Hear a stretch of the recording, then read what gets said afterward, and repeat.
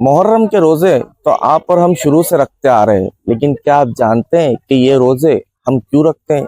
کیوں ہمارے نبی پاک کریم صلی اللہ تعالی وسلم نے ہمیں ان دو روزوں کو رکھنے کا حکم دیا؟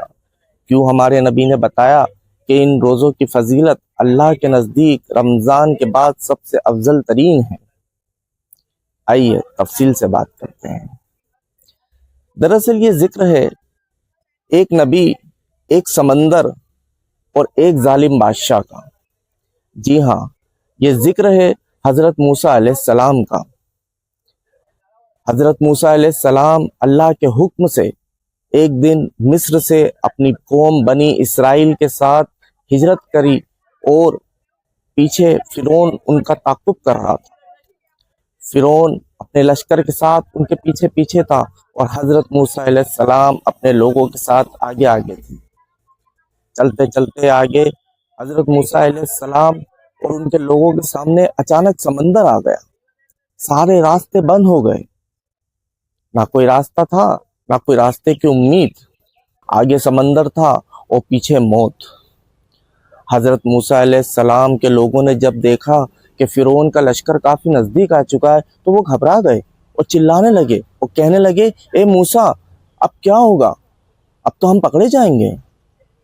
لیکن حضرت موسیٰ علیہ السلام کا ایمان دیکھیے۔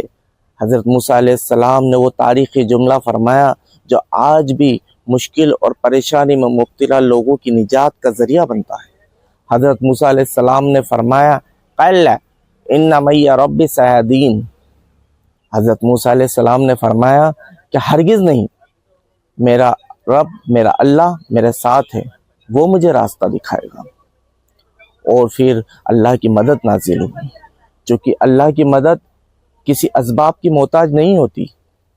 اللہ تعالیٰ نے موسیٰ علیہ السلام کو حکم دیا، اے موسیٰ، اپنا عصا، اپنی لکڑی اس سمندر پر مارو۔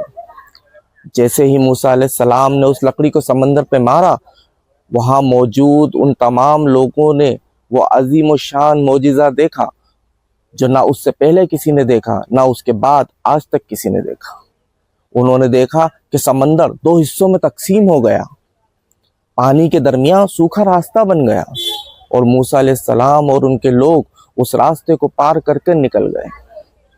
لیکن فرعون جو ایک ظالم بادشاہ تھا، وہ فرعون جو خدائی کا دعویٰ کرتا تھا، وہ فرعون جس نے مظلوموں پر ظلم کیا، وہ فرعون جب اپنے لشکر کے ساتھ اس راستے کو پار کرنے لگا تو اللہ تعالیٰ نے اپنی قدرت سے اس پانی کو پھر ملا دیا اور اس فرعون کو وہیں غرق کر دیا۔ وہ طاقت پہ غرور اور گھمنڈ کرنے والا فرعون وہیں چند لمحوں میں غرق ہو گیا۔ صدیاں گزر گئیں، لیکن اللہ تعالیٰ نے اس واقعے کو کسی کو بھلانے نہیں دیا۔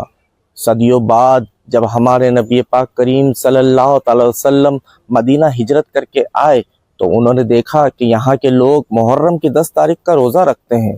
تو آپ صلی اللہ تعالی وسلم نے ان لوگوں سے پوچھا، تم یہ روزہ کیوں رکھتے ہو؟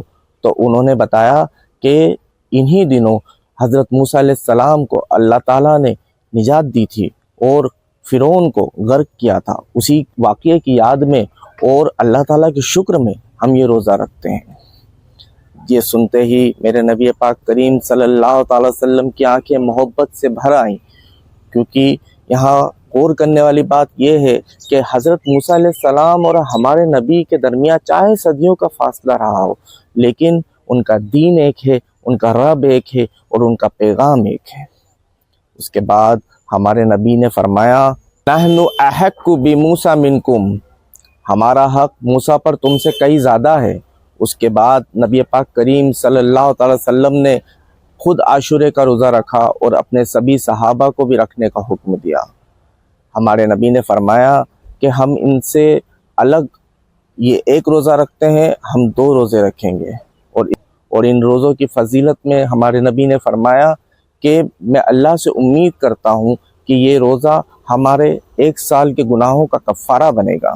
اس واقعے سے ہمیں کیا سیکھ ملتی ہے؟ اس واقعے سے ہمیں یہ سیکھ ملتی ہے کہ ہماری زندگی میں بھی کئی بار ہم لوگ ایسی مصیبتوں میں مبتلا ہو جاتے ہیں جہاں سے ہمیں کوئی راستہ نظر نہیں آتا۔ ہم ایسی پریشانیوں میں گر جاتے ہیں جہاں کچھ سمجھ نہیں آتا کہ ہم آگے کیا کریں، نہ کوئی راستہ دکھتا ہے نہ کوئی امید دکھتی ہے۔ لیکن ہمیں اللہ سے مایوس نہیں ہونا چاہیے، کیونکہ وہ اللہ جو حضرت موسیٰ علیہ السلام کو سمندر کے بیچ میں سے راستہ دے سکتا ہے، وہی اللہ آج بھی قادر ہے کہ ہمیں وہاں سے راستہ دے دے جہاں ہمارا تصور بھی نہیں جاتا۔ لیکن بس ضرورت ہے تو ایک کامل اور پختہ اور مکمل ایمان کی۔